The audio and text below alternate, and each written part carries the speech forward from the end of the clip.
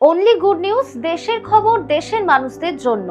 মালিকের সাথে তীর্থে গিয়ে হারিয়ে যায় পোষ্য, তারপর আবার 250 কিলোমিটার পথ চীনে বাড়ি ফেরে পোষ্য। মালিকের সঙ্গে তীর্থে গিয়েছিলেন তার প্রিয় পোষ্য কুকুর, কিন্তু আসার সময় হারিয়ে যায় সে তার পথ। তাই মালিক তার ফেরার আশা প্রায় ভুলেই গিয়েছিলেন। কিন্তু তারপর ঘটল সেই ঘটনা। 250 কিলোমিটার পথ সে একাই পাড়ি দিয়ে বাড়ি ফিরে আসে। এই অদ্ভুত ঘটনার সাক্ষী থাকলো বেলাগাভী জেলার নিপানি তালুকের একটি গ্রাম।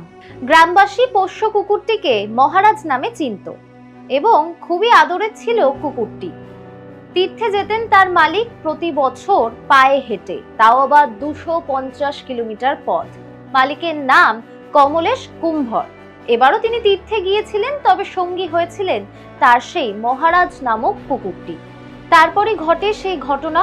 মহারাজ নামক কুকুরটি হারিয়ে যায়। তার মালিক তাকে অনেক খোঁজার চেষ্টা করলেও তাকে খুঁজে পাওয়া যায় না।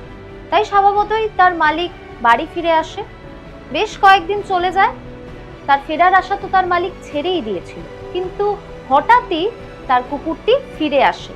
গ্রামবাসীরা অনেকেই মনে করছেন জাদু বলে ফিরে এসেছে মহারাজ, আবার অনেকেই বলছেন ভগবানই তাকে পথ দেখিয়েছে। যার যেটা বিশ্বাসে মিলায় বস্তু, তর্কে বহুদূর। আপাতত এই পর্যন্তই। চোখ রাখুন এমআর টিভি, সাবস্ক্রাইব করতে ভুলবেন না।